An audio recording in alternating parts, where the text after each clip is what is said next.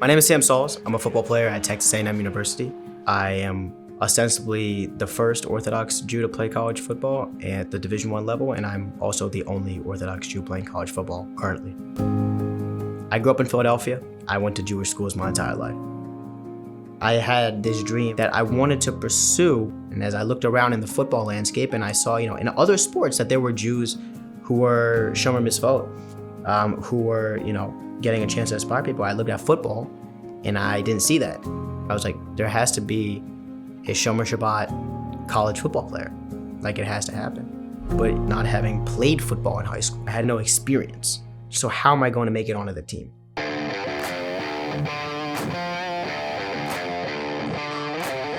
I put my head down, I kept working, and I trained for 9 months straight. I dedicated 2.5 to 3 hours a day to the gym. I needed to gain weight because, obviously you gotta be a little bit heavier to be a football player. It took me 2 hours a night to eat.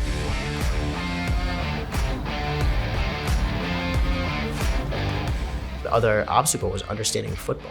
At that time, I didn't really have anybody teach me anything, so I used TikTok and I used YouTube to kind of understand drills. I lined up trash cans as an offensive line and practiced weaving between them. I didn't have cones, so I used shoes. Some days I didn't have someone to throw with, so I tried to throw to myself.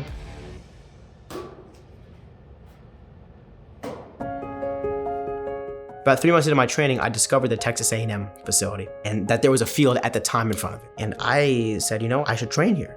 This will be way better than the field that I was training on before. The grass was nicer, it was right outside the facility. I was able to visualize my goal.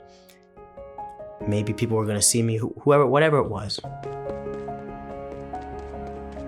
I had been going to the head coach's radio show, and he had put me into contact with the associate athletic director at the time. And he said, if any, we're full. We have a full roster right now, but if anybody quits, we'll let you know.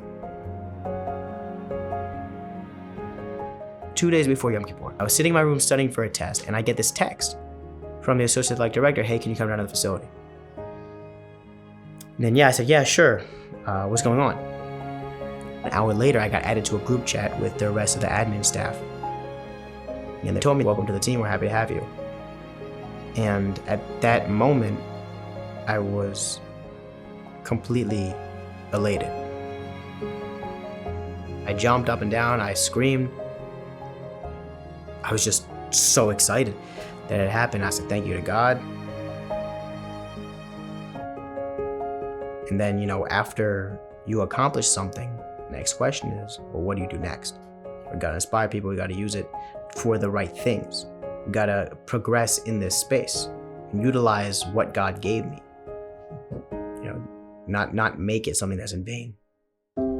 It's Saturday night. Texas A&M is playing Ole Miss. It's my first home game, and it was the first time I got to wear my jersey out onto the field. And we're underway here at College Station. I ran out onto the field with my tzitzit out and my yarmulke, and I was standing on the sideline.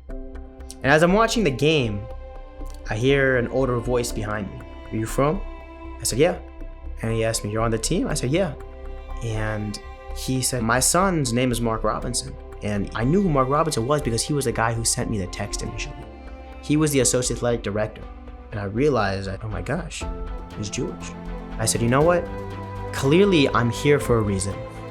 God put me here for a reason. And I mustered up the courage to ask him if he would like to put on tefillin.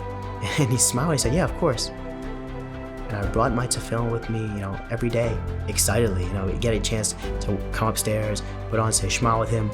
And then, when we had a little bit more time, that escalated into, I would give a little shir, I would bring challah before Shabbat. And after games, we would have like a victory challah together. You have no idea how you can change someone's life just by being proud of who you are, just by acting the way that you do. You are going to be the reason that somebody else is going to go out and accomplish something today.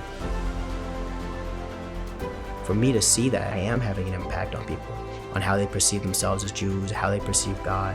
There's sometimes people had tears in their eyes. And whenever I see that, that's how I know it's all worth it.